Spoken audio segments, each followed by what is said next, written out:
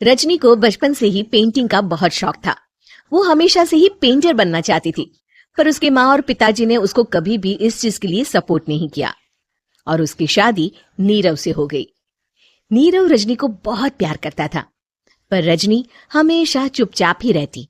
वो इस शादी से खुश नहीं थी। वो ये शादी नहीं करना चाहती थी।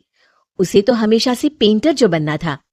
अपने इस सपने को वो नहीं पूरा कर पाई, इसलिए वो हमेशा उदास रहती थी। रजनी, बहुत ही बढ़िया फिल्म लगी है, कल देखने चले?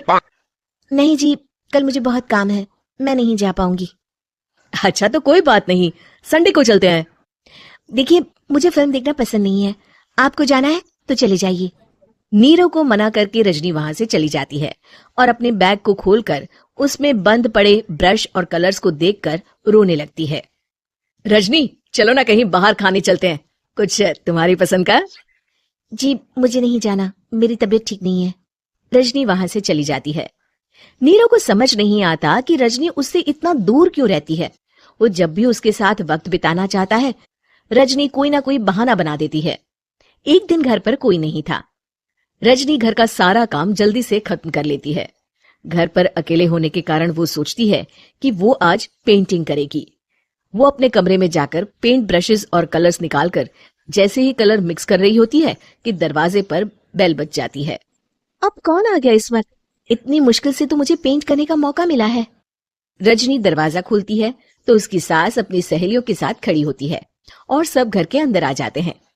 अरे बहू, सबको शरबत बनाकर पिला दे, बाहर तो बड़ी गर्मी है। उफ। जी। रजनी पेंट ना कर पाने से उदास हो जाती है। उसे गुस्सा भी आ रहा होता है कि उसने इस शादी के लिए हाँ क्यों कह दी। वो रसोई में जा रही होती है कि उसकी सास उसे रोकती है। बहू, सबके खाने का भी इंतजाम कर लेना, आज का लंच तो ये सब यही करेगी। हाँ। रजनी बिना कुछ कहे रसोई में चली जाती है। सबके लिए खाना बनाती है। सब खाना खाते हैं और रजनी घड़ी देखती है कि ये सब कब जाएंगे ताकि वो अपनी पेंटिंग कर सके। जब शाम होती है तब सब चले जाते हैं अपने घर। अरे बहू, सब तेरे खाने की तो बहुत तारीफ कर रहे थे, सबको बहुत अच्छा लगा खाना। आपको मुझे सुबह बताना चाहिए था ना कि आपकी सहेलियां आ रही हैं। पता भी है कितना वक्त लगा सारा खाना बनाने में। अरे बहू, तू ऐसे कैसे बात कर रही है मुझसे? तो और कैसे बात करूं? मैं इस घर की कोई नौकरानी नहीं हूं कि इतना काम करूंगी। रजनी अपने कमरे में जाकर दरवाजा बंद कर लेती है। शाम को जब नीरव आता है तो उसकी माँ उसे पूरी घटना के बारे में बताती है। क्या? रजनी ने आपसे इस तरह बात की माँ? हाँ, और पता नहीं उसे क्या हो गया है, शाम से बाहर भी नहीं आई है। मैंने तो कई बार आवाज दी, खाना भी नहीं खाया उसने। तू ही बात करके देख ले बेटा। नीरव अपने कमरे का दरवाजा खटखटाता है। रजनी, दरवाजा खोलो, मैं हूं। रजनी दरवाजा खोलती है और फिर वापस जाकर अपने बिस्तर पर लेट जाती है।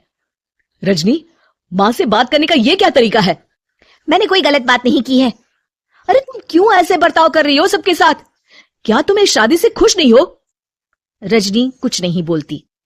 अरे बताओ मुझे रजनी, क्या ये शादी तुम्हारी मर्जी के खिलाफ हुई है?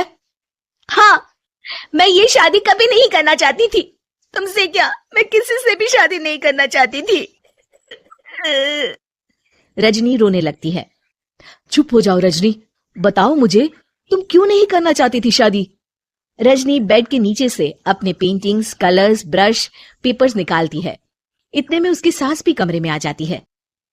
ये देख रहे हो, ये थे मेरे सपने।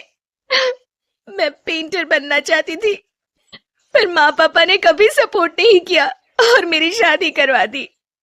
मेरे सारे सपने टूट गए। हर वक्त बस गुस्सा आता रहता है मुझे। मैं जानती हूँ कि आप लोगों की इसमें कोई गलती नहीं है। मैं क्या करूं, मुझे समझ में नहीं आता। रजनी फूट फूट कर रोने लगती है। मुझे माफ कर दीजिए, आप दोनों के साथ मैं बहुत बुरा बर्ताव कर रही हूँ। अरे रजनी बेटा, चुप हो जाओ तुम। नीरव पानी लेकर आता है। ये लो पानी पियो और शांत हो जाओ। रजनी पानी पीती है और उसकी सास पेंटिंग्स देख रही होती है। अरे नीरव, हमें तो पता ही नहीं था कि हमारी बहू कलाकार है। अरे कितनी अच्छी पेंटिंग्स बनाई है, देखो तो। ये वाली तो मैं अपने कमरे में ले जाऊंगी। आपको ये पेंटिंग्स अच्छी लगी? अच्छी नहीं, बहुत अच्छी लगी। और तुमने हमें बताया क्यों नहीं? तुम जब चाहे पेंटिंग कर सकती हो रजनी। हम तुम्हारे सपनों को पूरा करने में तुम्हारा पूरा साथ देंगे। हाँ बेटा, हम कला की कद्र करते हैं। हम कलाकार तो नहीं, पर मुझे गर्व है कि मेरी बहू एक कलाकार है। रजनी, नीरव और सास तीनों हंस पड़ते